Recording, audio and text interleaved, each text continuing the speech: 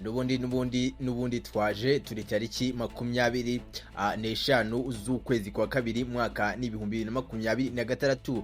Amakuru avugwa muri Burasirazuba bwa Repubulika ya Demokarasi ya Kongo ndetse no muri Afurika y'Iburasirazuba muri rusange, na makuru ari kugenda avugwa cyane ku mirongo y'urugamba, aho ihuriro rya Repubulika ya Demokarasi ya Kongo n'igisirikare cya FARDC, abafatanyabikorwa babo Wazalendo, abacancuro Tanzania ndetse n'Angola yamaze kwinjira mu rugamba, ndetse n'abandi benshi bagiye batandukanye tutibagiwe na FDL bahanganyemo n'ihuriro rya AFC M23.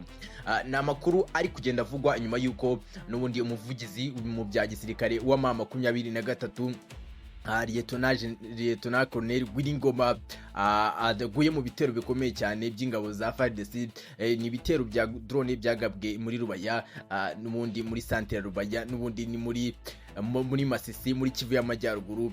Hakomeje kuvugwa byinshi cyane, haba ku rupfu rwe ndetse n'ibyo M23 yaba igiye gukora. Noneho M23 ikaza ari yindi ya M23 y'Igoma, noneho ubwo bafataga umujyi wa Goma akaba ariyo igiye kugaruka. Ni ibintu byinshi byakomeje kugenda bivugwa uyu munsi. Noneho nibwo twongeye kumva M23 yitangaza. Bertrand Bisimwa noneho nawe yemeje amakuru yuko noneho witwa Lieutenant Colonel Willy NGoma yaba yaraguye mu gitero cyabereye Rubaya muri Masisi. N'ubundi igitero cyakomeje kugenda kibaza abantu benshi cyane, hari ku itariki ya 23. N'ubundi igitero mu rukerera rushyira ku itariki 24 hari mu rukerera muri Rubaya, ubwo drone yagabaga ibitero bikomeye cyane. N'agahinda byari umubabaro ku bantu bose bakunda M23, ariko n'isi muri rusange, mu bantu bose bumva icyo M23 yaba irwanira. N'amakuru n'ubundi yakomeje kugenda avugwa ku rupfu rwe, ariko nanone twebwe tukuzaniye amakuru ari kugenda avugwa noneho M23 nyuma y'ibyo yavuze Bertrand Bisimwa. Noneho uyu munsi igaragaje ibindi bitero bishya, noneho ihuriro ry'ingabo za leta n'abafatanyabikorwa babo bamaze kugaba muri aya masaha. Ni ibitero byagiye bigabwa mu bice bigiye bitandukanye muri Rutigita. FARDC yagabye ibitero bikomeye cyane, ariko nanone no muri Kitazungura ni mu karere ka Karehe FARDC yahagabye ibitero bikomeye cyane, hari ku isaha y'4:30. Tutibagiwe no muri Rugezi no mu nkengero zaho muri Minembwe ku isaha y'isa 6 nuza FARDC yagabye ibitero bikomeye cyane hano muri Rugezi muri Minembwe. N'ubundi bikubiye mu byo M23 imaze kuba yatangaza ku bitero bishya bimaze kugabwa na n'ihuriro ry'ingabo za leta FARDC ndetse n'abafatanyabikorwa babo.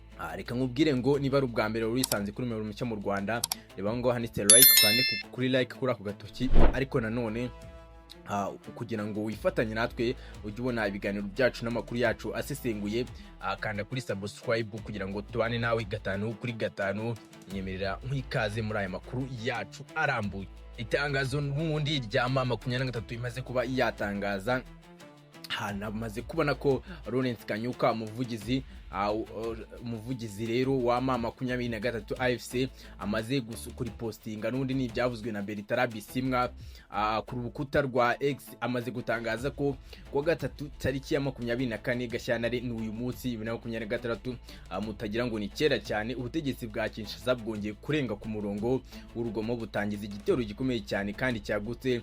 Ingabo zifatanyije zakoresheje za drone zitwaje intwaro n'imbunda ziremereye, zirasakore cyane zigaba ibitero mu duce dutuwe cyane n'abaturage ndetse no ku birindiro byacu, binyujije ku mugaragaro n'amategeko mpuzamahanga arengera abasivile mu gihe cy'intambara. Ibitero byabaye ku buryo bukurikira kuri uyu munsi: saa 3 zuzuye Rutigita muri Minembwe, FARDC ndetse n'abafatanyije bagabye igitero gikomeye cyane ku isaha y'4 nanone n'iminota 30 Kitazungura mu karere ka Karehe. FARDC ndetse n'abafatanyabikorwa babo bagabye ibitero bindi bikomeye cyane.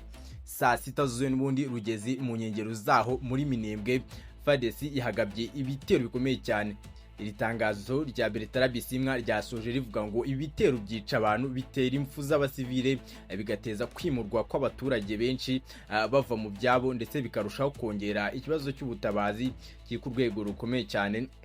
Rero akaba ari ibintu byagiye biba bitangazwa na mama 23 n'ubundi ku rugamba rukomeye cyane twakomeje ni nyuma y'urupfu rero rw'umuvugizi mu bya gisirikare wa mama 23 Lieutenant Colonel Willy NGoma ku bintu bibabaje cyane byakomeje kugenda bibabaza abantu bibatera agahinda. Ariko nanone mama 23 nabwo ije kuba yatangaza itangazo none riteye ubwoba cyane ivuga ko noneho igiye kugaba ibitero bikomeye cyane, noneho nayo igiye kuza mu rugamba ya mama 23 twabonaga mu bihe byashize, ariyo noneho igiye kugaruka igakora ibintu bidasanzwe, nayo ikagaba ibitero nk'uko byagiye biba mu minsi yashize.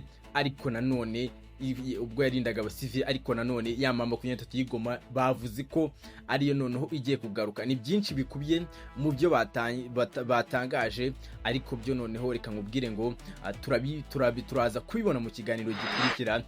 Niba ari ubwa mbere wari wisanze kuri mubashya mu Rwanda, ndakwinginze kanda subscribe, ariko nanone ushobora gukanda like, ugakanda muri comment, ukaduha igitekerezo cyawe muri comment kugira ngo tubane nawe 5 kuri 5. Iyi ngiyi ni Kivu update.